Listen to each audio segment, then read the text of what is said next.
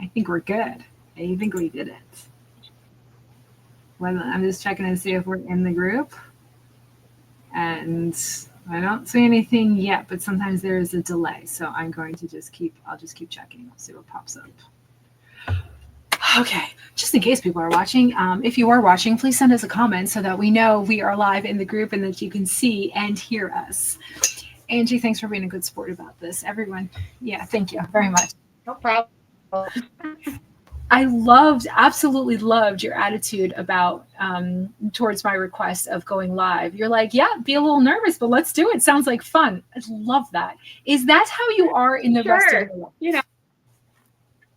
No. I am trying to learn how to, push my own boundaries. So that is typically not something I would do. And even at first, I was like, ooh, I'm usually working at that time. Let me get back to you. And, I was interested, but still scared. But I was like, yeah, no, I want to do it. So let's do it. What made you say yes to this so easily? And like not so much in life in taking risks that doesn't come easy to you, which I hear a lot. And I'm always interested in knowing what the steps are in the mind that make one thing an easy yes and another thing that's seemingly the same kind of like a no. Are you aware of the steps that you went through in your brain to be like, let me do something different? Well, in this situation, Janine, it was, I think I would enjoy talking to you. Also, it's something that I feel prepared for. Like I didn't have to prepare, even though I took a bunch of notes because that's what I do. Um, but I was like, I can do this. Like I felt confident that, I wasn't going to get on here and you ask me a question and not know what to say. Right. So It's it's just your life. It's your story. yeah. And I think it's great. And I think it's great that you offer this platform for people. Um, and I don't know if anyone can hear us yet. Who But knows? I would say like, I heard you as you started, offering this opportunity, and I think people should take advantage of it. For me, when I was first diagnosed back in 2018, my neurologist told me, hey, join some support groups. We have this like learning session every once in a while, or there's a bunch of support groups. And that's what I did in the beginning.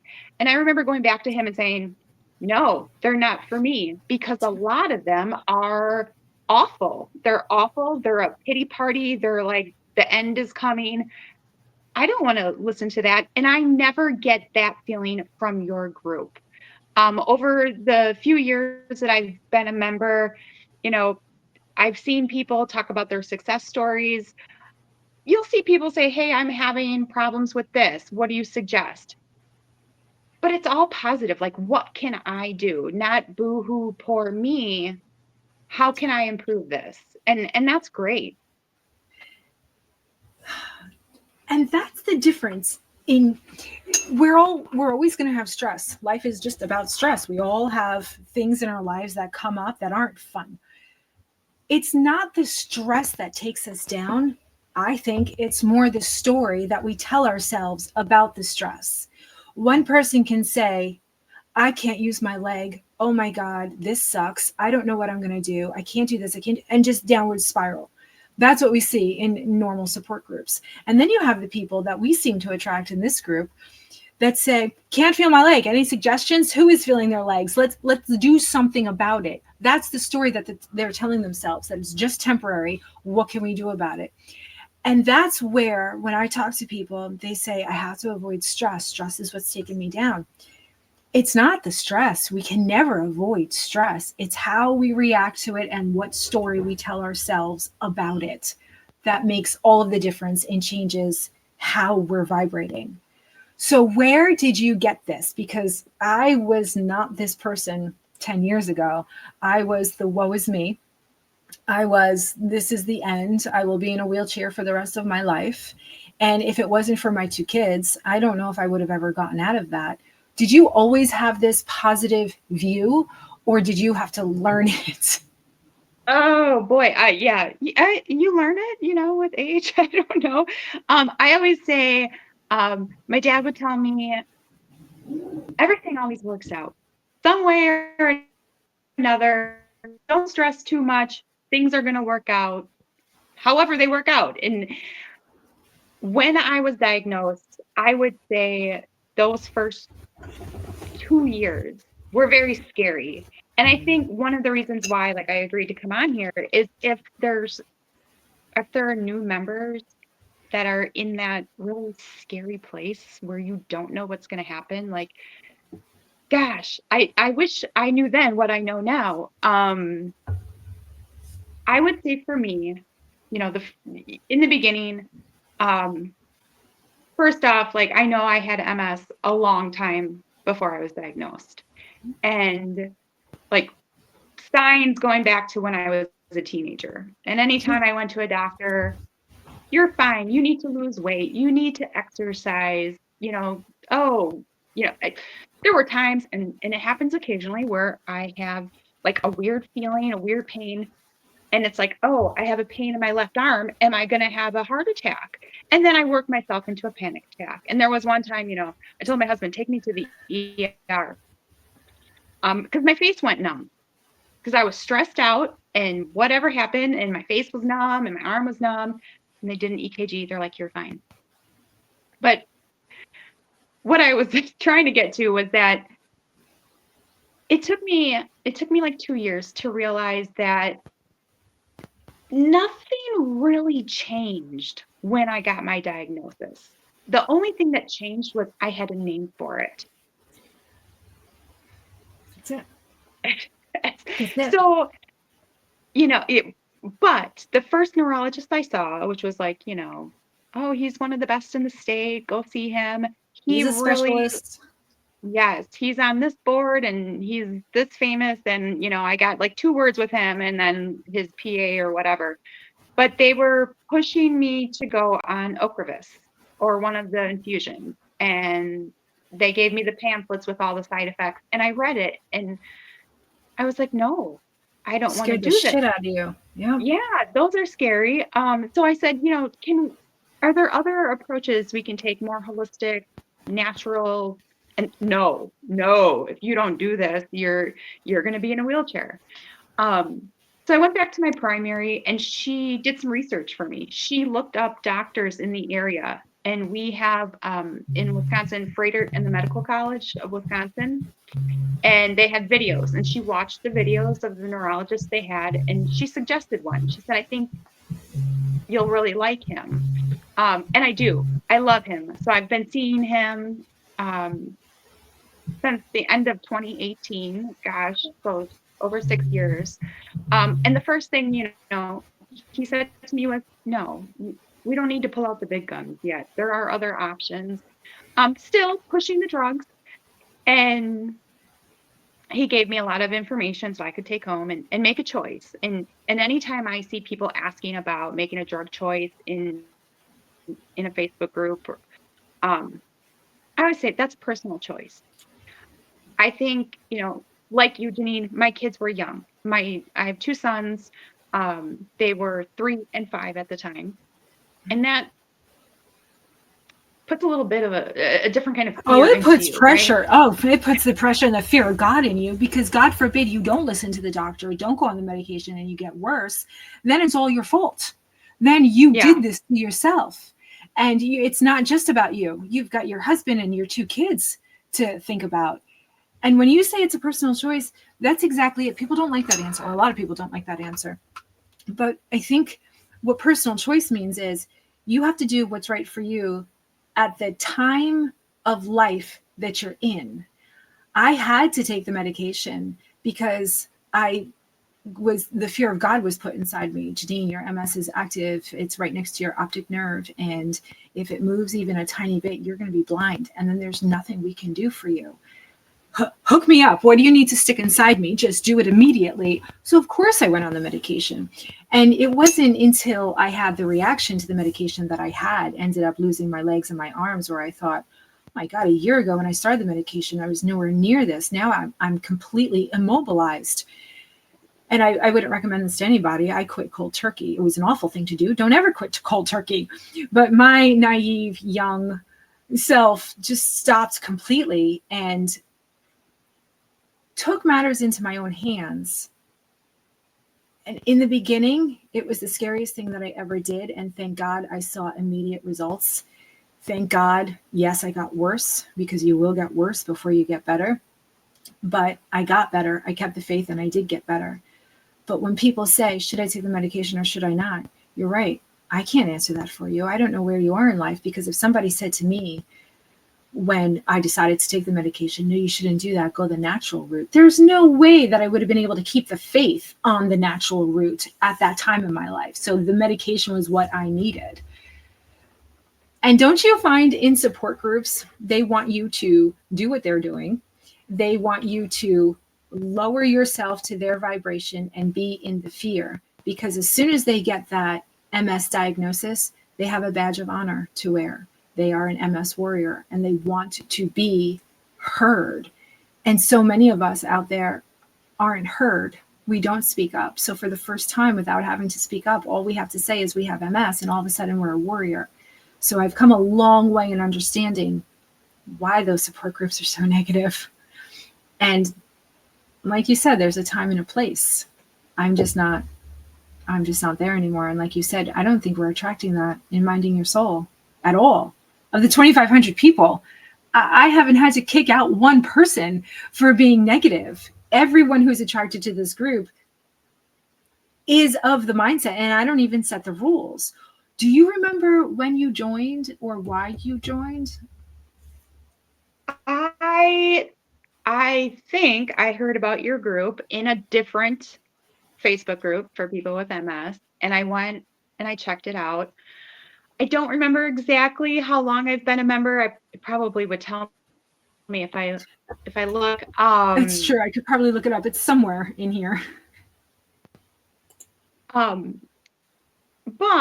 it's been a few years, and I'm not totally active in the group, but I like to catch it. I'm not always online, and sometimes I watch the videos, or I go to YouTube and watch the videos later.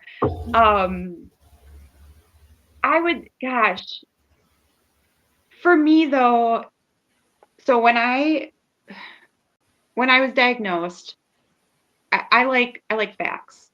I'm an analytical kind of person. I like logic. I like black and white. It's gray is what drives me nuts with this. Me too. It's yes or no. It's black or white. There's no gray. There are no shades of gray. So many. I started doing my own research, and I started out with, I don't know how I found out, reading about Dr. Terry Walls. And Dr. Walls, the Walls Protocol, I bought her book. I tried the diet changes. I'm like, this is a little much. Then I came across Matt Embry, and I watched the Living Proof documentary. Then I got to your group, and this was after lockdown, because that's when I changed my diet. And I see a lot of people say, how can I do this? How can I go dairy free? How can I go gluten free?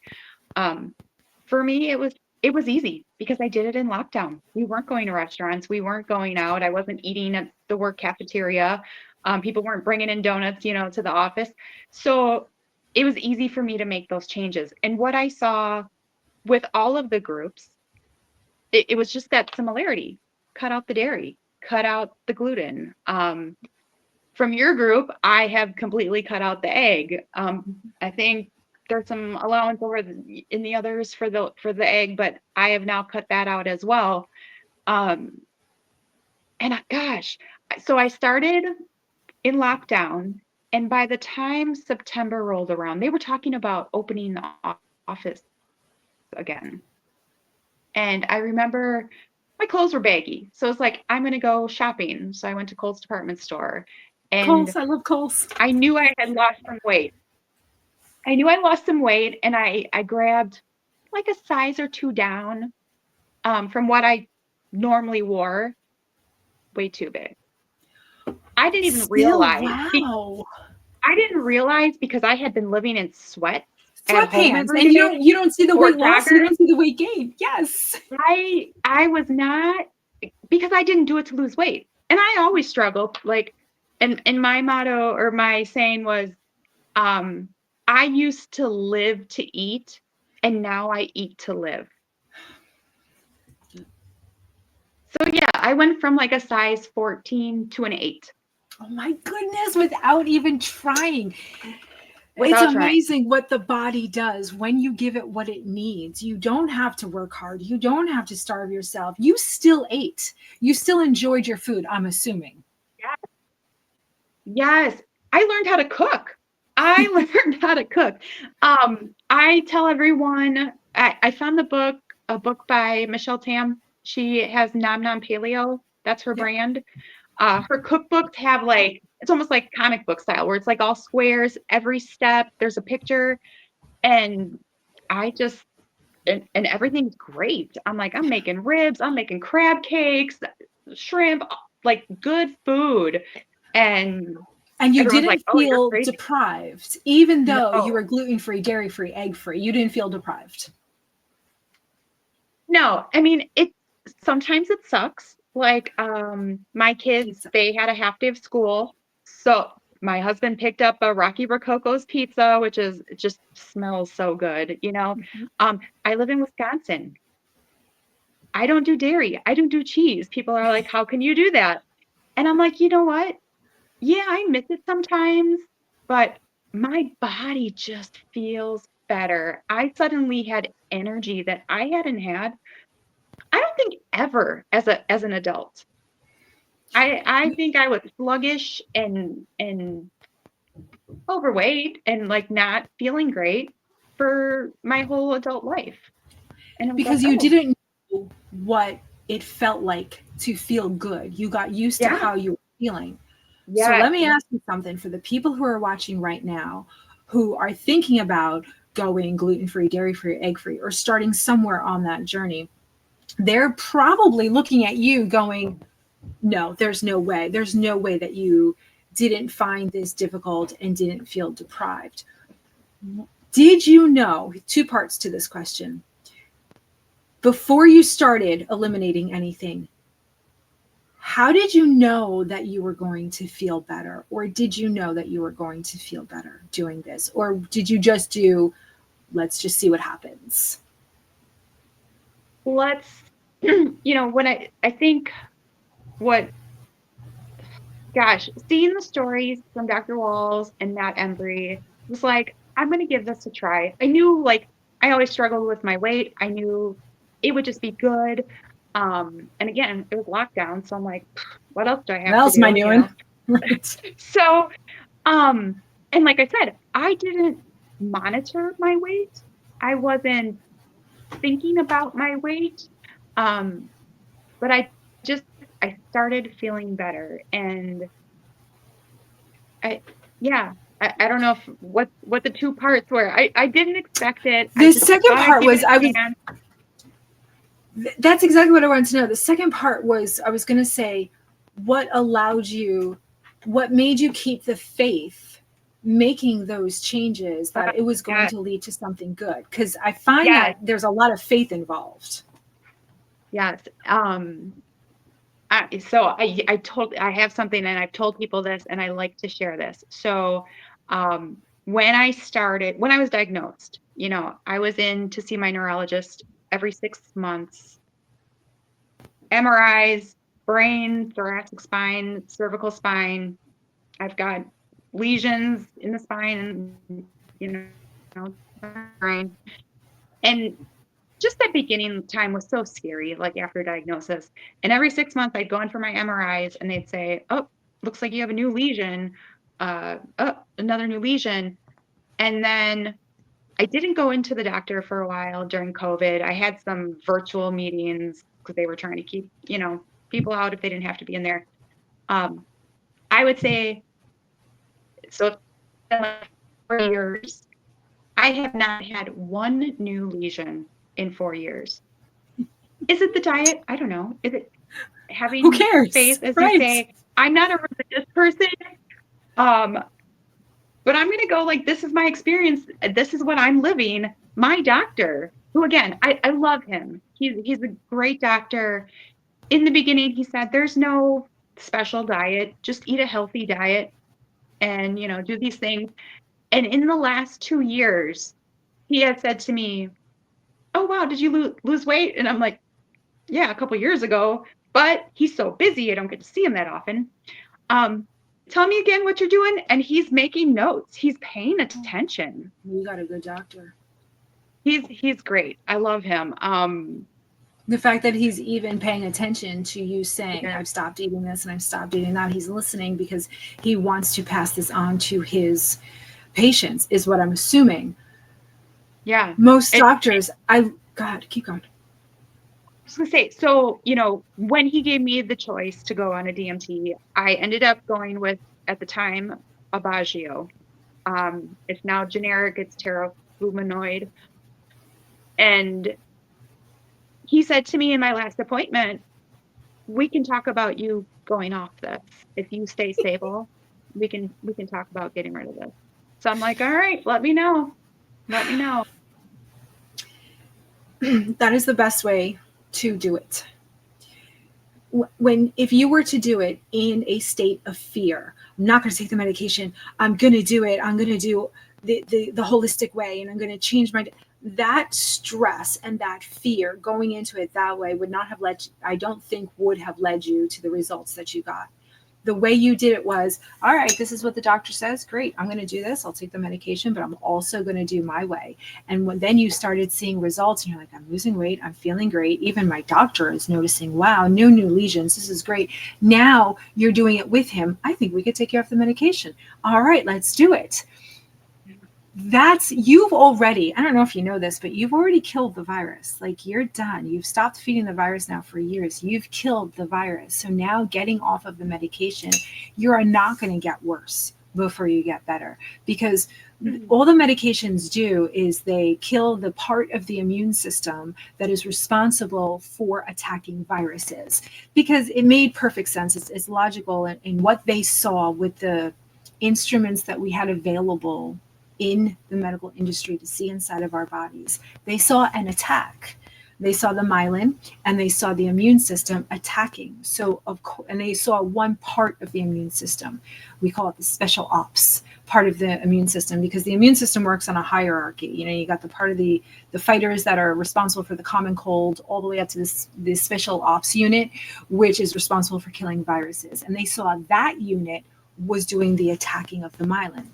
That's what they saw in the instruments. What they didn't see was that there were heavy metals right here on the myelin that the virus was feeding on, and the immune system was attacking the virus. They still can't see those two layers. So all they see is this attack. So it was logical for them to come up with a medication that kills the body's ability to make the special ops unit of our immune system, because they thought that was the problem. You have so many layers to your immune system. You are still able to use it. But what you did was, you're like, you know what? I'm going to go on that medication. That's fine. But I'm going to kill the virus by starving it, by stopping the food sources that I've been giving it, the gluten, the dairy, the eggs. The heavy metal detox smoothie cleans out all the heavy metals. That's the last food source. So you've killed the virus. You no longer have that in your system. So that's why there are no new lesions, because the immune system has no more virus, the Epstein-Barr virus, in your brain to attack, or on your spinal column to attack. That's why there are no new lesions. So when you get off that medication, your body, you might feel a little bit more tired as your body goes, oh, we have some building of the immune system to do, but just support your immune system with extra antioxidants. The vitamin C, just give that support so it can build itself back up again to where it was. You did this beautifully. And I bet you feel that on the inside too. Don't you feel like this was a smooth journey for you? No. You're like, I mean, it doesn't feel smooth, right? So I will say, people think that because I take a medication that I'm cured. And I'm like, I'm not cured. I still have symptoms that come and go. Um, but I have to tell you, Janine, I watch your videos. I love like your superheroes, videos. And through watching, you know, I gone back and I paraphrased to my neurologist what I learned from you, how you get the virus and it settles in a liver and then it rides up to the brain and then it's starting to feed on the heavy metals. And the whole time I explained a little more detail than that, what I learned from your videos, he was shaking his head. Yes, yes, yes. I just got the And chills I all was over like, my all back. right, I'm sticking with Janine. And then when I got to, he didn't interrupt until I got to the top and I said, they feed on the heavy metals. And he's like, and your immune system, I think he said, I don't know if he said misfires, but yeah, he agreed with all of that. So I was like, that's pretty cool. Thank you for I telling me wanted to that. share that. Thank you so much for telling me that. I gotta start talking to more doctors. I went, it was the December, you know how the deductible, your insurance resets in January, so you got to get all your appointments in. So there I was at the gynecologist, and I was telling her about my cycles, or I was like, I think I'm going into perimenopause. They're all over the place. And she's like, well, yeah, you could be perimenopausal, or you just could be experiencing a lot of stress. Have you been going through a lot of stress? I'm like, yeah, I just sold my house of 25 years. And she's like, oh, well, that will do it. I'm like, yeah, the business is picking up. And I decided to have my third kid, so I have a toddler at this age, it's 47. She's like, oh, you got a lot going on. She's like, tell me about the business. So I told her a little bit. All I said was, oh, I'm an MS coach. I help people with multiple sclerosis get rid of their symptoms. And she goes, how do you do that? I'm like, in my head, I'm like, oh, here we go. I said, well, it turns out it's just a virus, and you kill the virus, you get rid of the symptoms. And I kept it real simple. And she goes, yeah, it is. I said, excuse me? I was unprepared for her to agree with me, because normally I get that blank stare from a doctor. Because I didn't know this, but they can't say to a patient what is not printed in a medical journal. It has to be published in a medical journal. If they give their opinion, they can lose their license. And when I learned that, I thought, okay, well, that makes perfect sense, because none of this Epstein-Barr virus stuff is published anywhere yet. Though, if you do a Google search, causes of multiple sclerosis, you will see even the Mayo Clinic says possibly caused by the Epstein-Barr virus. That's new as of the last 6 months. That wasn't there before. So they're finally starting with, maybe it's possible. And for her to say, oh yeah, the Epstein-Barr virus is responsible for all autoimmune diseases, I almost fell off the table. And so the more that the doctors are reading what's out there, the more they're listening to their patients about what they're doing. I think it's only a short matter of time before something gets published and the doctors are actually able to say, yes, it's a virus, absolutely kill the virus. Yes. My Thank you for neurologist, telling me that. My neurologist college knows all the studies going on. When I heard about the article about the EBV, I brought it up in my appointment. He was so excited, Janine. He went on and on about the different studies that were already like in place and how they were going to just, he said he thinks that they can stop MS in the next decade or so. And I think it was love it. Me because too. we're working on vaccines, and as a parent, my worry is, oh, are my kids going to get this? Yep. That's, still always in the back of my mind. And they're like, oh, we don't test kids. We don't test people under 18. So keep an eye on it. But he was so excited. It's amazing to hear that. I can't wait to share that. Both of my kids, they're now, I have 3 now, but my 2 older ones, the 19 and the 22, I'm still not used to saying I have 3 kids. The 19-year-old and the 22-year-old, have both had mono in the last 3 years. And we know that mono is stage 2 of the Epstein-Barr virus. Where it's going to go from here, it's going to be very interesting to see, because my daughter she has watched me, and she's already gone gluten-free, dairy-free, and egg-free. She's doing the whole thing. My son, the 22-year-old little shit, who is just a little shit, he is feeding his body as feverishly as he can with all the gluten and all the dairy and all the alcohol and all the things. He's out there living his best life, saying, you know what, Mom, if you got it and you handled it, I'll handle it too. It's fine. I'm wondering now, the more I see, the more people I talk to, it's over thousands of people now that I've talked to in the time that I have been doing this. The mindset is everything. Notice how MS is labeled a woman's disease. Many more women get this than men do. Is it because, and I'm not saying that it is, but I'm raising the question, is it because we take care of everybody else first before we take care of ourselves, if we take care of ourselves? And the men, who I used to think that this was a bad thing, looked out for themselves first and then the other people. And I used to think, my God, how selfish. I'm seeing now through my coaching, as I teach somebody to put themselves first, as they begin to empower themselves with the confidence and setting boundaries and experiencing more joy in their lives, they raise their vibrations and the symptoms start to fade away. I can have somebody who is eating, and there are a lot of clients who come to me who are eating all the right things. They're doing all the things, and yet they still have symptoms.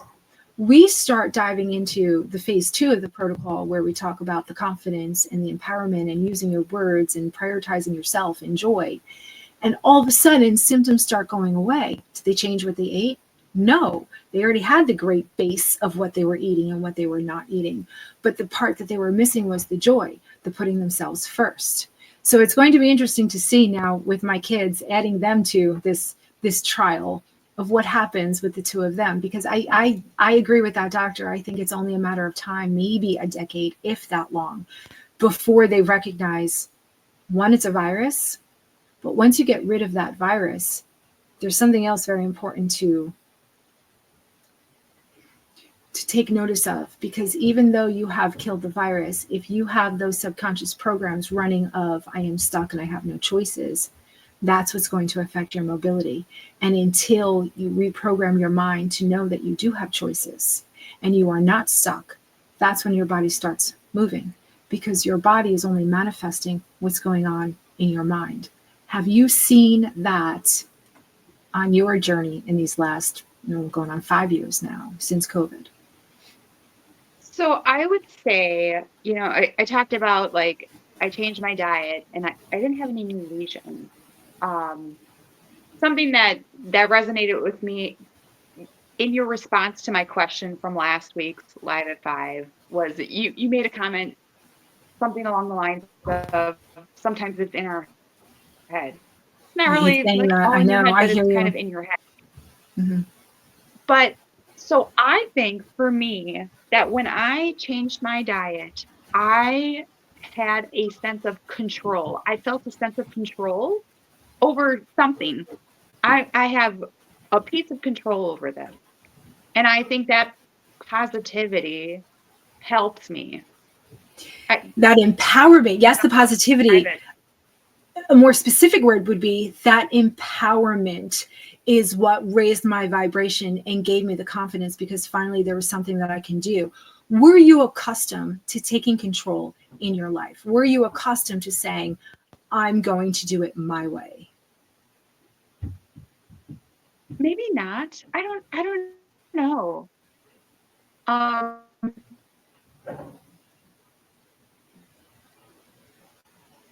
think I always like to, no, I don't think so. Because I think I try play by the rules, kind of radar kind of person. And I don't know if I said this, but like by nature, like I'm an introvert. even though I have lots to say, I'm very opinionated. I'm kind of an introvert. So like, I don't want to draw attention to myself. I'm just going to, shrink down.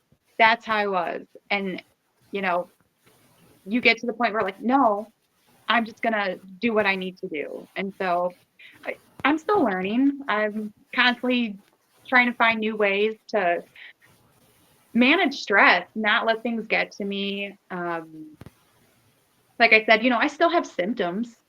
I still feel like my body it's fighting every day. It's fighting to beat this virus. And Let me ask you but something. I'm doing okay. No, you're doing great. I can't believe you call yourself an introvert when you're like, yeah, Live at 5, let's do it next week. My husband does the same thing. He's like, oh yeah, I'm an introvert. I don't like people. He'll be the first person to talk to somebody at Costco, but he says he's an introvert. Us extroverts are calling you guys out. You are closet extroverts. That's what I think. Maybe. All right. So let me ask you, in the last 5 years, forget the diet, forget what you've done.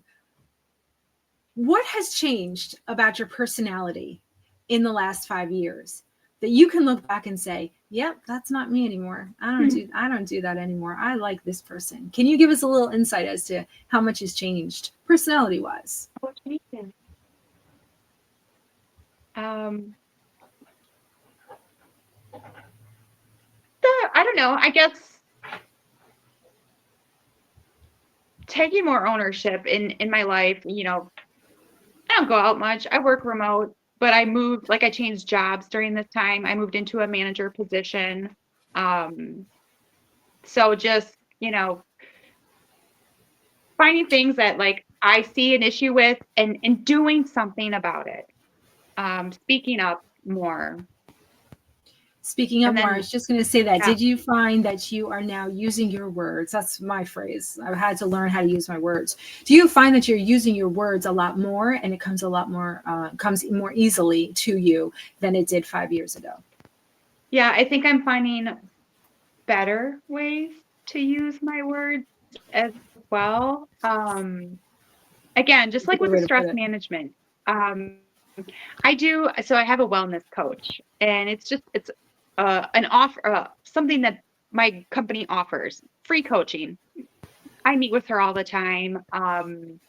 We've become friends, and she's always telling me like, look for things that you can do to grow. So this was my growth for the year. Like if you would have asked me to do this last year, no way. But she's like, get out there, make some friends. Cause I'm like, I don't go anywhere. I work remote. That's probably why when I do talk, I don't shut up because I'm home in my office 12 hours a day by myself. I don't leave this room. I get my groceries delivered. I am in this house all the time. So I'm like, oh, Angie, you want to talk? Let's talk. Let's go live. Yeah, I hear you. You've got to talk to people.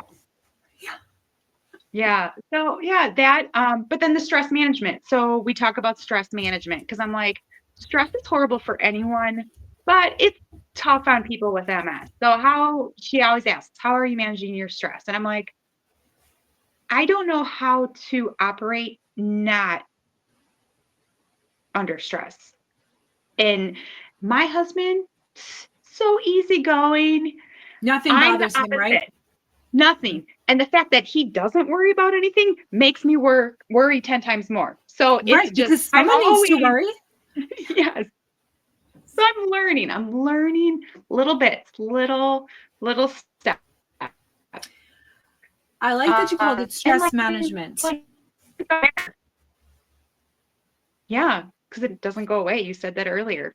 There's stress all the time. And we can never avoid, right? We can never avoid having stress in our lives. But I think what changes, and I think what needs to change, is the story that we tell ourselves about the stress, because that story can make us or break us.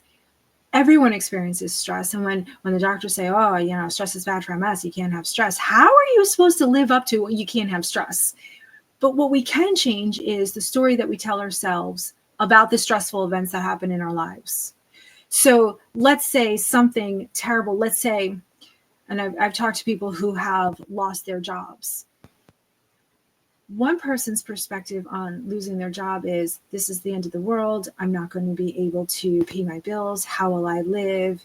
Everything sucks for me. This is the kind of shit that happens to me all the time. And then you have a completely different person that says, okay, I've lost my job. What are we going to do next? Maybe this is an opportunity. Maybe I need to have this leave my life so that the new thing can come into my life. Okay, let me stay in a positive state and keep my awareness on what new things are coming to me. Do you see the difference in the feeling of those two people? Doomsday versus, this could be an opportunity. I'm scared as hell, sure, but this could be an opportunity. Absolutely. I can relate to your example because in this past year, my company was doing layoffs. They were reducing headcount. And there were some newer employees that I worked with. People were freaked out. And I told my manager, I'm not worried because that already happened to me. That happened to me back, I don't know, 10, 12 years ago, where my job was relocated and I lost my position. But I found another job, which is like 100 times better than my old job. So I was like, I'm not going to worry about it. I mean, it sucks. Yeah, it sucks. But everything works out, right? Like So I your was like, dad I'm not going to said. stress about it. Yeah, everything's going to work out. Yeah. And that is the difference when let's talk for a minute to the people who might be watching this who are newly diagnosed and looking for evidence of healing. There's nothing magic to healing. It feels like magic. It looks like magic when you're on the outside looking in and you're seeing these people who are healing. You're like, is that possible for me? It's possible for everybody. There are no secrets. It's taking care of yourself on the physical level, on the emotional level, and on the spiritual level. And when we come from a life of not knowing how, never being taught, never practicing putting ourselves first and prioritizing our mental health, spiritual health, physical health, all of a sudden we're hit with this diagnosis and we don't know what the hell to do. And so if you are watching this for the first time, or you're diagnosed, you're newly diagnosed, the way you're going to handle this is probably the way you've handled stress your entire life. And if you want something to change, if you want something to be different, then you have to do something differently. If the way that you manage stress your entire life was the doomsday scenario, then take this as an opportunity to do something different and keep gathering the evidence to build your belief that healing is absolutely possible. Yes, it looks different for everybody. Everyone's timeline is different because we're all coming from different experiences, but it absolutely is possible for every single person. And the more people that we talk to, the more evidence that we build in our minds, the easier it is for us to keep the faith on the days where it might be harder to keep the faith, which leads me to my next question. Still have symptoms. Yeah. I love talking about when the symptoms arise because I forget that, yes, these could still be considered symptoms. When my fingertips go numb, just recently, my fingertips went numb. But the one that made me, like the fingertips going numb, I'm like, all right, that will go away. And it goes away. That wasn't my story a couple years ago. When my toes go numb on my right foot, I now use as my red flag, as if my body is telling me something's wrong, something's out of alignment. When my toes on my right foot go numb, I stop and I take inventory of my life and I go, okay, what's not in alignment? Oh, I know exactly what that is. This is exactly what it looks like. Yep, nope, I've been avoiding that for, months now. Okay, now my body's telling me, nope, time to stop avoiding. Time to address it. No wonder I have a sore throat. I'm not using my words. I'm not speaking up. Then I have to go to my husband and go, we need to talk. We need to have a conversation. And within days, as soon as I tackle the issue that I've been putting my head in the sand about for months, as soon as I tackle that issue, one, it's not as scary as I thought it was going to be. Two, the symptoms go away within days. How do you handle symptoms that come up? Gosh, so I have a couple of thoughts. that popped up while you were talking. One, sometimes you have to learn how to cut toxicity out. If there is, every time I interact with this family member or we have a conversation about this topic, I can feel it. Stop, back up, excuse yourself from the situation. Um, for me, and you talked about this being a woman's disease, um, perimenopause.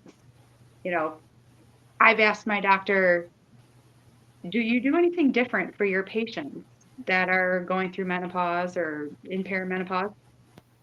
No. Why not? Why don't they? I don't know about you, Janine, but so for my symptoms, PMS cycle, every month, I get vertigo. I get vestibular migraines, bladder issues every month. Do you know why? Do you want to know why? Well, I was told it's because my hormones are changing. No, maybe. No, I don't think so. My answer to that is because every month, if you're still getting your period, every month, 60 to 75% of your immune system is diverted to your reproductive organs, which means the rest of your body only has about 30% of the immune system that it's working with. So if you have any kind of virus, whether it be the Epstein-Barr or any virus or anything going on in your body, you're going to feel it while 70% of your immune system is focused on your reproductive organs. That's why I bet right before your period and maybe a day or two when it starts, that's when everything's at its worst. Not only do you feel the worst, but you want to kill everybody around you if you're anything like me. Stay away from me. Don't talk to me. I am not good. And then as soon as you get it, a day or two later, you're like, oh, okay, starting to feel better. Is that the same for you? Pretty much. And I want to add a note to that. Since I did the diet change, I no longer have cramping. Yes. Yes. I just have vertigo and anger, sure. But Anger, sure. The typical symptoms, no, I don't get those. And I think it's from the diet change. Oh, it absolutely is. Absolutely. Yeah. From when I was a kid, my mother we went to the emergency room because my cramps were so bad. She thought maybe my appendix burst. They were terrible early adulthood until I started with the gluten-free, dairy-free, egg-free, until I started changing my diet. Not only did I no longer get cramps, I'll still feel it. Like it will still begin to cramp. And even sometimes I'll take an aspirin at the beginning of it. But that's usually because I just don't feel like dealing with the pain, not because I can't take the pain. I'm like, no, I'm not dealing with this too much. Take the aspirin, it goes away. But not only are the cramps nothing like they were, but my period itself. It used to be 7 days of a heavy flow. It was sheer hell. Now it's 4 days and it is a light flow and it's completely manageable, completely different than what it was in early adulthood before I made all of these changes. Same for you? No. She's like, so I have a slightly different experience. Not really. So I did not have my diagnosis until after I had my kids. Just gonna throw that out there. And you know what? I loved being pregnant. And I've heard that when you're pregnant, your MS kind of goes into remission or goes to sleep for a while. So I love being pregnant. Before having kids, clockwork, every 28 days. Yep. Since having kids, it's not consistent. I've asked my doctor, am I in perimenopause? No, you're too young. People can start that at any age. What do you mean I'm too young? Like, I'm still getting my cycles. It's still happening. So no. But no, not consistent. But I don't get cramps anymore. So that's great. She's like, I'll take the positive. I don't get cramps anymore. It is amazing how many people don't realize that the reason why we feel the worst the week before and a day or two into it is because 70% of the immune system is headed towards the reproductive system, and we're only dealing with that. So what you want to do, play with this, up your immune system, up the support that you have, the vitamin C, the antioxidants. This has really worked for my daughter because she's 18 and she was having cramps just like me. So she went gluten-free, dairy-free, and egg-free. Her cramps got better, but I still wouldn't say they're where I'm at right now, which is barely any. If you don't eat bread, any kind of carbs, like gluten-free bread, gluten-free pizza, the week leading up to the week before, it doesn't matter what you do the week before, honestly. It's the week leading up to. So 1, 2, it's the second week in your cycle. Don't eat not any, but like reduce it significantly and build up. I hate when people say, well, I'm going to take a handful. When I say a handful of vitamin C, I mean like four, not like crazy amounts. I would take extra vitamin C that week too. Build up that immune system, because remember, you're still on the medication. So the special ops of your immune system is not there. You're working with just the lower tiers, and most of that is going to your reproductive system.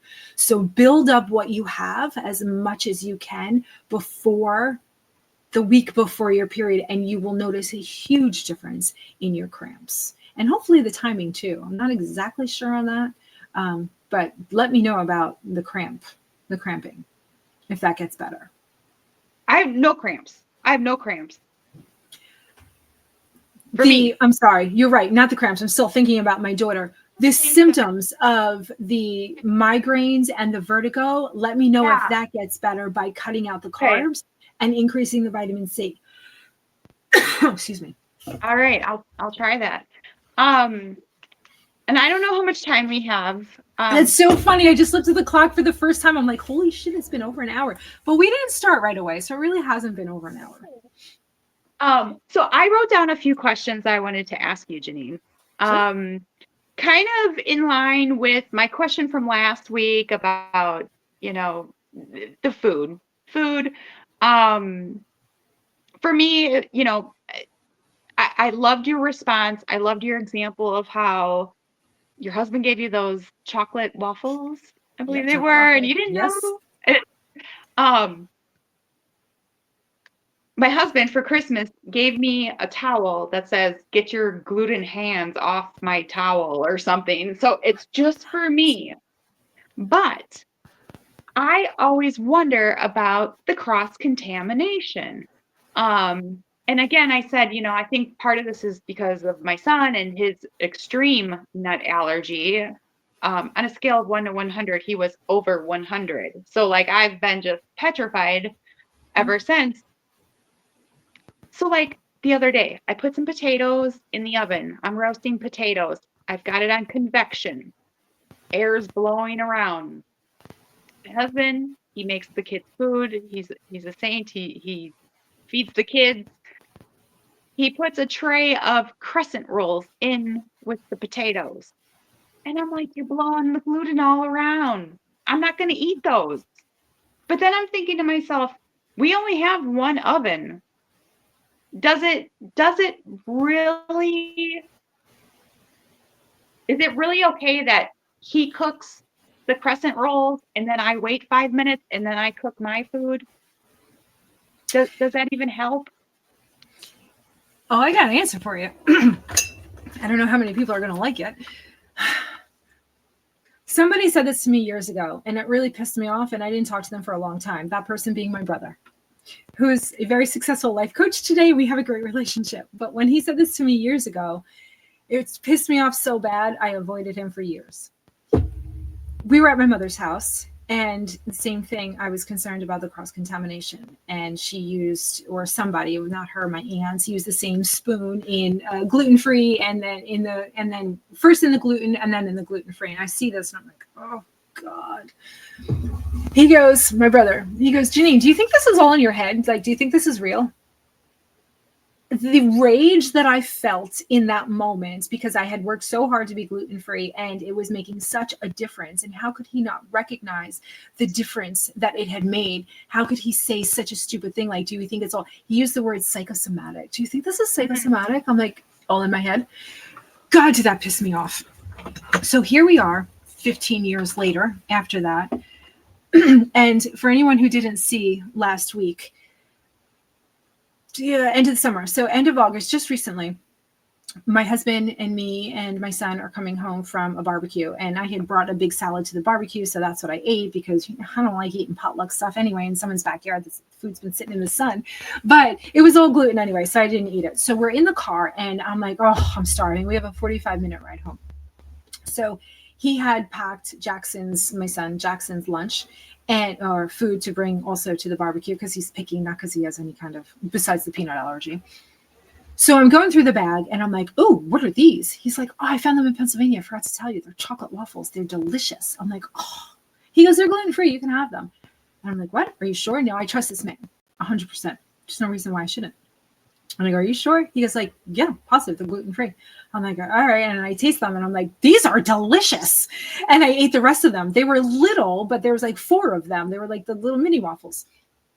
I ate 4 of them. Absolutely delicious. That is great. And I washed it down with, whatever was in the bag, and we went home, and I didn't think anything of it.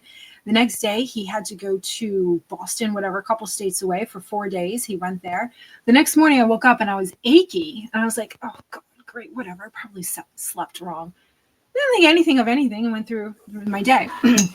I was so proud of myself, because this was the first time that Kevin was away for 4 days, and it was just me and the 3-year-old and my work and the this and then that and all the things in life. And I was like, this is easy. All right, I got this.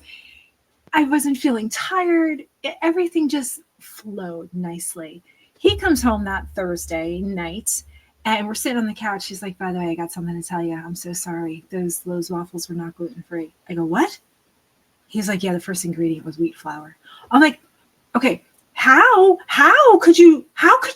happened? He's like, I saw all the other things, all natural, organic, and I think my brain just went gluten-free, even though I didn't see it. I'm like, you've never done that before. He goes, no, I don't think I have. I'm so sorry. What happened? I go, nothing. Nothing happened. Like, nothing happened. Now, in the past, if I were to be glutenized, I would know it immediately, because I read the ingredients or someone told me. I would know it, and the next day something would go numb, so I wouldn't be able to feel something, and it would last for weeks. Now, over the past 15 years, each time I got a reaction, it was better and better. The first time I was glutenized, I lost my legs for more than a month, and they slowly came back, and I would sleep forever. I would just be ruined for over a month. Last time I was glutenized, I got a rash on my arm and I felt tired, more tired than usual. This time I didn't know I was glutenized. I had the pleasure of not knowing that I was glutenized, and nothing freaking happened. Nothing happened. Now, am I going to eat gluten all the time? No, gluten feeds the virus. Am I still going to fear gluten? I'd like to say no, but I don't know, like, how. I still am in awe of that happening. So, do we have to fear glutenization? Is it the food? Like you said before, when you started eating a certain way, you felt empowered. You felt a sense of, there is something that I can do. And here it is. Look at that. I am seeing a difference. Is it the food, or is it that empowered feeling that raises our vibration? I don't know the answer to that yet. The people that I am working with this year, they've gotten all the food. They're doing all of it. And the only time that their symptoms are going away is when we work on confidence and boundaries and using their words, the empowerment feeling. Are we going to answer your question, are we going to be affected by the gluten floating around the oven, the crumbs of gluten that fall into our gluten-free dish? I don't think so. Okay, good. But at the same time, if you think that you are going to be affected by those crumbs, you absolutely will be affected. If he had told me in the car after I had eaten those 3 gluten-free waffles that the first ingredient was wheat, I would have freaked out, and I know how I would have felt the next day. Something would have happened. But because I didn't know, nothing happened. Not to say that all of our symptoms are in our head, but there is a lot to be said for our belief. If you think you can or you think you can't, you are right. It is going to happen. What you believe is what's going to happen. Now, I had to build up my belief. I know this is a long answer. I'm sorry. I don't know how to shorten it. I had to build up my belief and my trust in my body that it could heal and that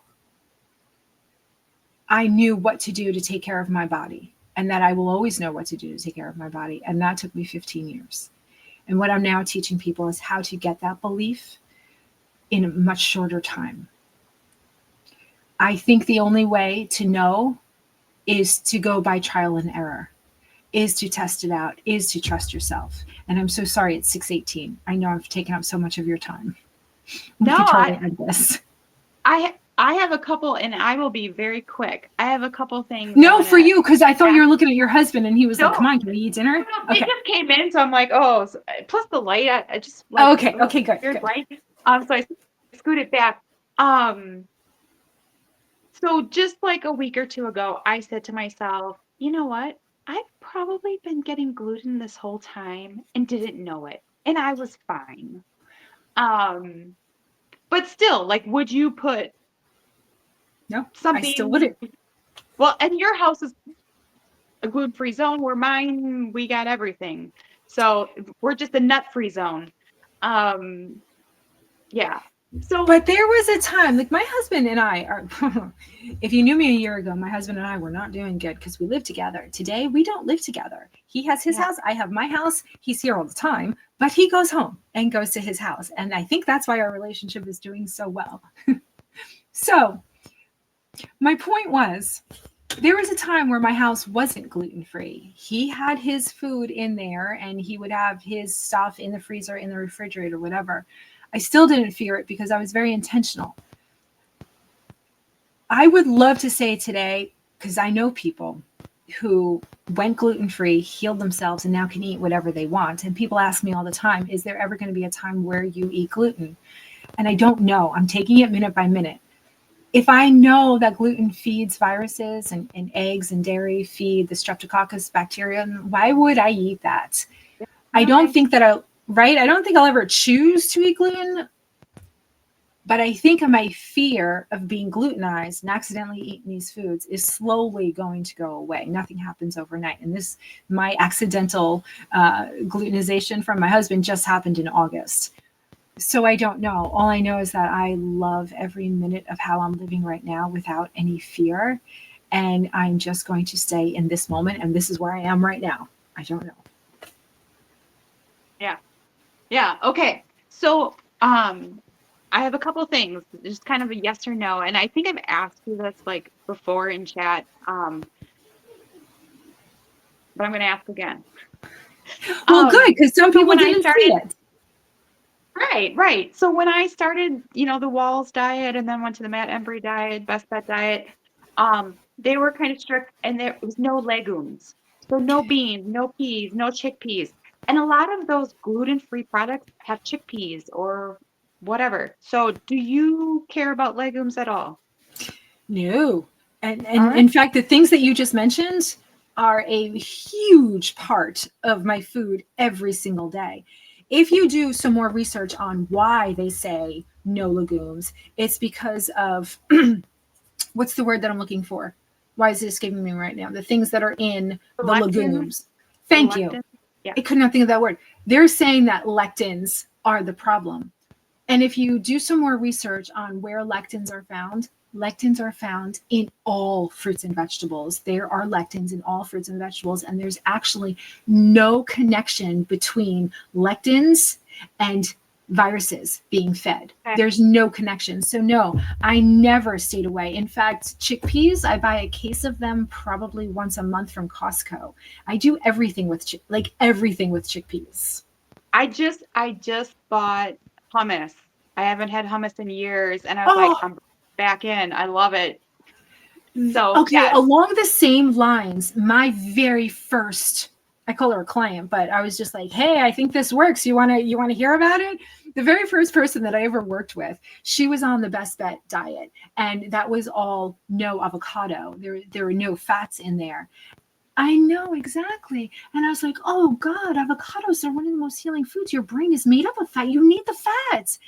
And she's Yeah. like, you know what? My skin is dry. My hair is dry. Like, I just feel like I can't concentrate. I said, please eat the avocados. She added an avocado a day. She goes, within a week, Janine, I felt completely different. Completely. Yeah. So I'm glad you asked that question. All right. Soy, same with soy. You don't mind soy? There's a lot of Okay. soy. Nothing wrong with soy. What about MSG? And I know people confuse that and think it's gluten. It's not, right? Right. Okay. So MSG and yeast, anything hydrolyzed, anything hydrogenated, artificial flavors, artificial colors. I think I'm missing one. But any of those things, you are not going to live on those things. Those are things that are going to be sprinkled into the, I call them the luxury items of our diet. Most of our diet is going to be fish, meat, chicken, fruits, vegetables, nuts, beans, and then our water. That's going to be 80% of our diet. 20% of our diet is going to be the gluten-free cakes, the gluten-free cupcakes, what else do I have? Oh, the gluten-free chocolate muffins from Trader Joe's. Oh my God, they're so good. So yes, you're going to have those things sprinkled in, and that's okay. You're not going to live on those things. If you were eating like ramen noodles every single day, I'd be like, oh my God, the MSG, the levels, the sodium, my God, stay away from that. That's awful. But none of these things are going to take you down when you sprinkle them into your diet and you have your food. Like, for instance, wine. No one should live without wine, especially red wine. I have a half a bottle waiting for me upstairs as soon as we get off this call. No one should live without red wine. I mean, it's just whatever brings you joy. You need to have these things sprinkled in your life. Was that one of your questions, alcohol?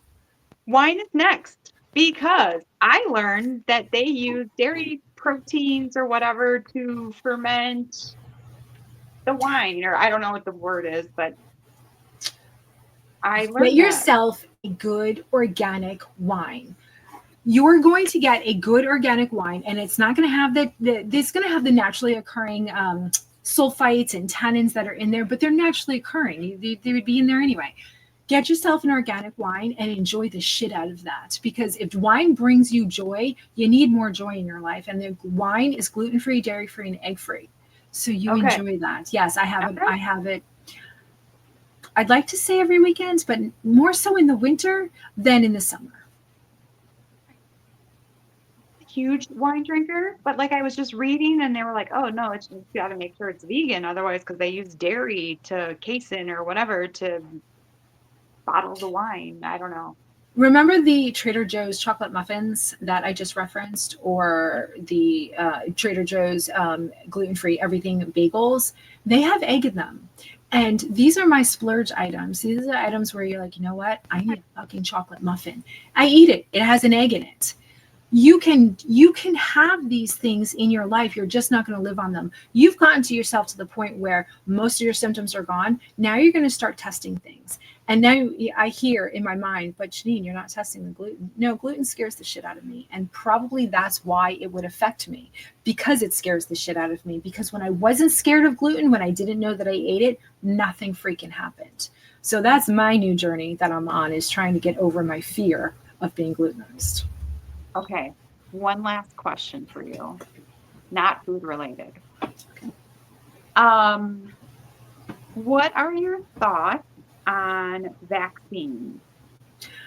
Oh, I just came across that video. I did a video on my thoughts on vaccines because I was pregnant with Jackson. And after, my youngest was 16 years old, everyone's like, well, all these things now that you didn't know then. Are you going to vaccinate your child? And I had to think about that because I didn't want to. But then I thought about, what if you got the measles? What if you got the mumps? What if you got rubella? What if you got polio? And I'm sitting there watching him from outside of this hospital room, and I'm thinking, my God, I should have vaccinated him. I think that vaccines are absolutely necessary because People, so many people, there were so many pandemics and epidemics. I think vaccines are necessary. But what I don't think is that our bodies should be asked to handle the toxic load that is inside that vial that we're giving this tiny new human, asking its body to handle all of this toxicity that comes along with those vaccines. I think that's what's causing the problem, not the vaccine itself, but the shit that they put in the vial with the vaccine. I want my children to be vaccinated, but I don't want to make them sick by vaccinating them with the shit that's in there. So this was my solution. I need to vaccinate my son. There's too much fear surrounding. Like, he's going to be in daycare. He's going to be in public schools. I have to vaccinate my son.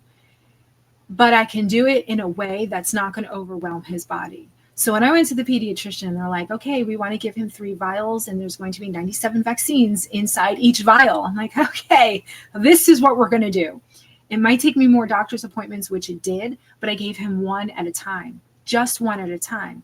Now, here's something that I haven't spoken about publicly. He was way behind on all of his vaccines. Oh, here come the tears.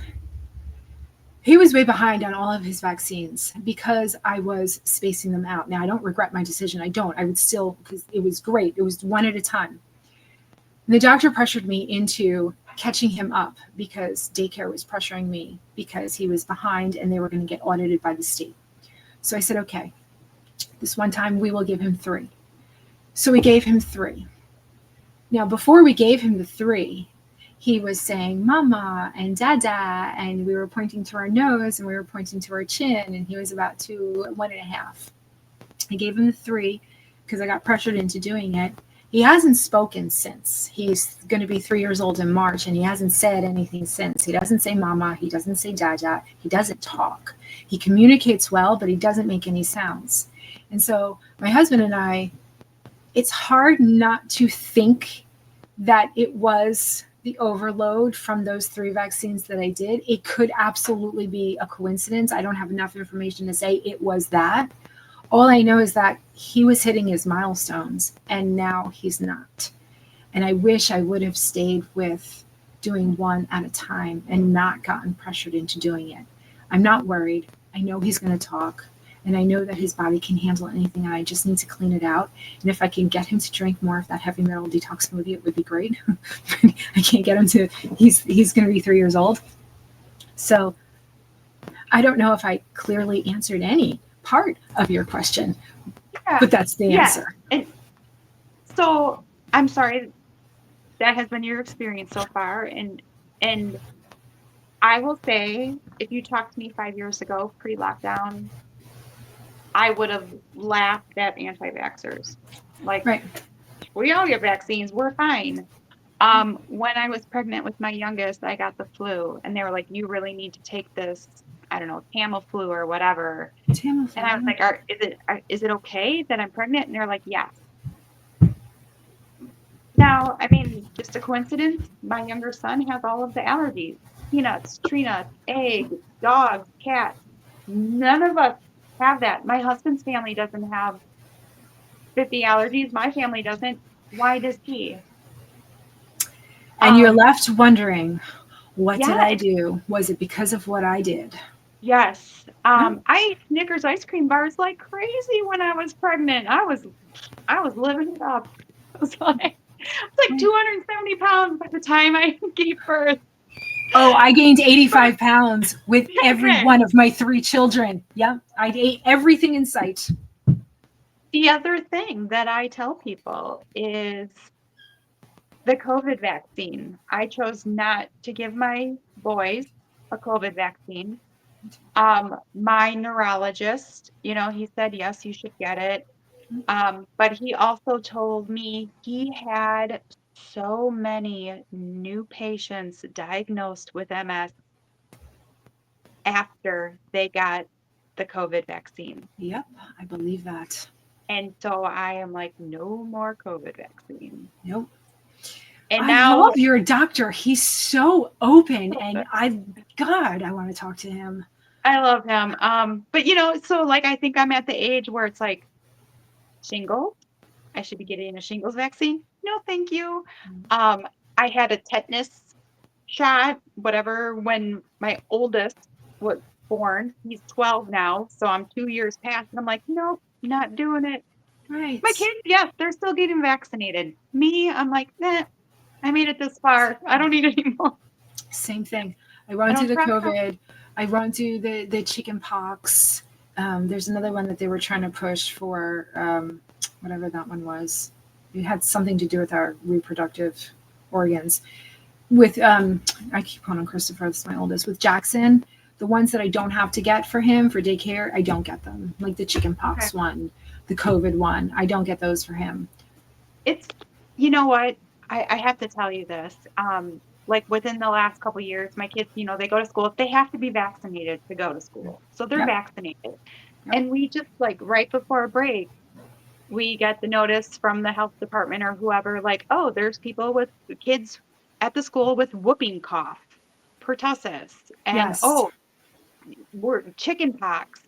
And I'm like, how are these? I thought these vaccines like got rid of these. So That's another thing. So all of these things, the more people who aren't going to get vaccinated, these things are going to pop back up again. Now, certain things, like, okay, here's one, RSV.